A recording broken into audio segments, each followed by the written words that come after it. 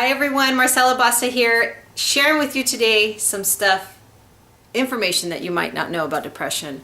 Hoping you watched my last video. I got a lot of feedback from it, personal emails, personal Facebook messages, and it made me feel like I'm on the right path in sharing what I'm sharing with you. I hope it helps you. My hope in making these videos is to change the way the world and the way you see and understand depression. Hopefully you no longer see it as an incurable disease, but as a symptom of unprocessed emotions and pains from our past that can be easily healed. So today I'm going to share with you 10 steps that gets you to depression hell. So I call it the pit of hell. So it's 10 steps, and if you're anywhere in these 10 steps, it will lead you to the pit of depression hell. So I wanted to share those with you today. And I'm also going to give you a couple of things that you can do right now to start pulling yourself out of anything that you might be experiencing right now. I'm going to give you 3 little simple things that you can do. So, my board. I hope you could see it. I don't think you could see the bottom, but that's okay. All right, so these are the 10 steps. I call them the 10 steps that lead down to the pit of depression. And for me, the pit of depression hell is suicide, is the constant thoughts of suicide. That's the deepest part of depression, I think. So these are the 10 things that will lead you to that. I feel like when someone is headed down the path of depression, you're going to be experiencing one of these at one point. Usually it's these 4. These 3 are already started as you start going and feeling overwhelmed, negative thoughts, anxiety. So let me start at the top. So the first step of that leads you to depression hell is stress. Everybody has stress, but it's how we deal with it. But when you have too much stress, you become overwhelmed. Okay, the stress causes overwhelm, and it causes overwhelm in your body and in your mind. Unfortunately, our brain can only handle 7 points of attention. So 7 things that you have your attention on. Once you go past that 7 and you hit number 8, you're in overwhelm. You're completely overwhelmed. And let me give you an example of what I mean by that. So say you come home from work, right? And you pull in the driveway, and the very first thing you see is that same broken lamp that is supposed to light up your garden, and it's still broken because you asked your husband to fix it, but he hasn't done it. But that broken lamp is still there, right? So that's one point of attention. You pull up and your first thought is, oh, that broken lamp. You walk up to your side, into your front door, and you open the door and it squeaks. You're like, oh, I got to put some oil in that because it squeaks and it's driving me nuts. That's point of attention number 2. You walk in through the door and your house is a disaster. Oh, I forgot to take out the trash.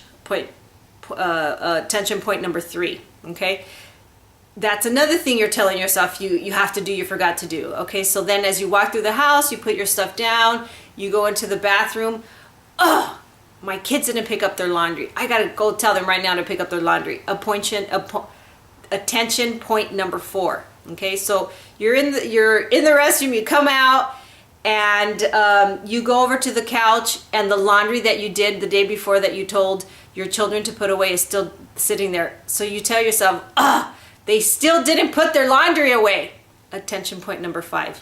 See, do you see what I'm getting? So as you're walking through life, you have all these points of attention that you're giving your attention to that are beginning to cause overwhelm. It could be even in work. It could be that email that you didn't send. It could be the person that you didn't call back. It could be a conversation you have to have with your boss. Whatever points of attention that you constantly have, if you're constantly filling your body with points of attention, you will be in overwhelm. It is very easy to be in overwhelm the minute you wake up, especially if you're thinking about things all night long. So anyways, overwhelm. Okay, 7 points. I'll go into these in more depth in other videos. It's too much information all at one time. So I will eventually share with you what causes them and how to fix it. It's really easy to do. So anyway, so stress, overwhelm. So the way I see it is like this: stress causes overwhelm, overwhelm causes negative thoughts. The negative thoughts actually, it starts with all this and it continues. But these negative thoughts really started from the beginning, because unfortunately on top right here that I don't have, because it's too much, it's a little overwhelming, I don't want to overwhelm you with this video. You also have all the emotional luggage from your childhood. So you're already feeling the stress of all these old memories coming up, all these old feelings coming up, all these old pains coming up. And on top of that, you have life. And so this is where it causes the stress, and it continues to do. So I'll share this up here part in another video too. So back to this 10 points. You know, I always want to just give you everything, and I just can't. It's gonna overwhelm you, too many points of attention. But I wish that I can, you know, stick my head up against someone else's head and they could just absorb and learn everything that I've learned over the past 20 years, and that way they can heal. But I can't do that. So everything, I'll have a video for all the points that I'm sharing here with you today. So, all right, so stress causes overwhelm. Overwhelm causes negative thoughts. Negative thoughts cause anxiety. Yes, anxiety and panic attacks come from your negative thoughts. That is the core of anxiety and panic attacks, especially if you're driving. If you're driving and you're thinking of all the hell in your life and all the worries, no wonder you have panic attacks while you're driving. It's not the driving that's causing the panic attacks, it's your thoughts. It's your mind. It's what you're telling yourself as you're driving. Unfortunately, when we're driving, we have downtime, and that's when our mind just starts going nuts. I suffered from panic attacks, anxiety, but I suffered from panic attacks where I couldn't drive because I thought that the driving was causing the panic attacks. Little did I know it was the thoughts I was having as I was driving, you know, the hell I was going through, my marriage, my work at the time, you know, everything. All those thoughts were causing the anxiety and the panic attacks. Anyway, so these begin to decrease your self-love. They begin to decrease your self-esteem, and they begin to decrease your confidence. And eventually what happens is you fall into a depression. And let me show you the bottom one. And even possibly suicide. Suicide is the pit of hell.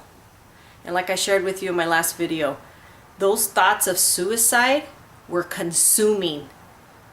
There were days where I had to fight myself to not think of suicide. So very, very powerful. If you find yourself in any one of these levels, just know that it could be fixed. You could heal it with some really simple things. I'm going to share with you 3 really simple things you could actually start doing right now. I know my last video I shared with you how my story of how I lived with depression. And I don't live with depression anymore. I have not lived with depression for, we're going on 20 years. I did, when I was about 4 years after, I had another little meltdown.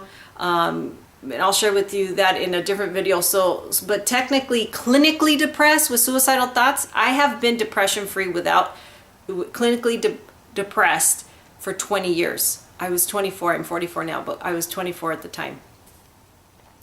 And so, but I wanted to share with you 3 really simple things you could start doing right now if you're living or experiencing any of these, okay? And it's really going to be pointed to the first 2. The very first thing I would suggest is to brain dump. I look at it as you know, you get a basket of laundry, right? I'm a mom, can you tell? You get your basket of laundry and you dump it out on your bed. Doesn't that feel good? You have a nice clean basket, you can go out and get more laundry, right? But you don't want to do that. You want to brain dump everything onto a piece of paper. Dump it all, just dump it out onto the piece of paper. So you get a piece of paper and you start writing down everything that you're thinking about, worried about, feeling about, stressed about. It doesn't have to make sense. It doesn't have to be in order. It's just whatever thoughts come to your mind as you're doing it, just write it out. Okay, so let me give you an example. I'm trying to think and go back to when I was depressed. Okay, so at the time I was going through a divorce. I was going to college. I had 2 little ones. I was working in a dead-end job that I literally hit the glass ceiling. Remember that I'm dating myself here, but remember that saying in school, the glass ceiling effect? Okay, well, I hit that glass ceiling effect and was told I'd never get into management because I was a woman. So I was experiencing all these things. So what I did back then is a piece of paper. I can't believe my manager told me that, and it's a woman, I would never be a manager. I'm frustrated that I'm never going to be a manager. I'm frustrated I'm never going to make it, move up in that company. I'm frustrated that I do all the work. I'm frustrated that I'm going through this divorce. I don't want to go through a divorce. I love my husband. I love my family. What else? I have to do laundry. I mean, literally, it could be just sporadic stuff. I have to do laundry. I have to pick up the dry cleaning. The car broke down. I got to go take it into the shop. And then you might even go right back to, I want to keep my marriage.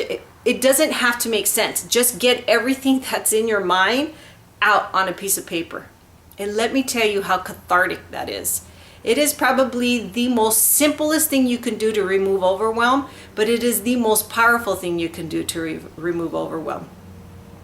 Get that piece of paper, write it all out. My first papers were 1 or 2 sheets long. I mean, that's how much stuff was going through my mind. Get it, write it out, rip up the piece of paper and throw it in the trash. Don't go back and read it. You're just going to create more overwhelm. Just throw it away. Just know that it's completely out of your head. If there are some things that are vital that you have to take care of, create a to-do list on another sheet of piece of paper, must do's today, or something to that effect. And write down something that you have to take care of that day. That definitely do if that's something that you want to do. But as far as removing the overwhelm, that's probably the first and most important thing that you should do if you're suffering from depression right now, because you are in overwhelm. Your brain is thinking of so many things that it can't focus on anything else. So you're in overwhelm. Brain dump. The second thing I would suggest is take some deep breaths. What happens, I think, and this is why we have panic attacks, is we become shallow breathers because we're so stressed about everything that's going on, and so we don't take deep breaths, and so we're talking like this, or we're thinking like this, and in my mind, and oh my God. And so what's happening is I start to breathe the way I'm thinking. Okay, does that make sense? So if I'm thinking rapidly, my thoughts, I start panting. That's what a panic attack is. A panic attack and anxiety comes from the thoughts you're having and the lack of oxygen you're giving to your brain. That's ultimately what panic attacks and anxiety is. And I'll share with that in a separate video in detail. But so stop and breathe. So how do you breathe? People don't realize that we have big lungs, okay? We tend to be upper chest breathers. Instead, you have to be deep tummy breathers, or deep your diaphragm. Take the air from your diaphragm. So it'd go like this. So I would start by a deep inhale with my nose. I would hold it for 4 seconds and then exhale.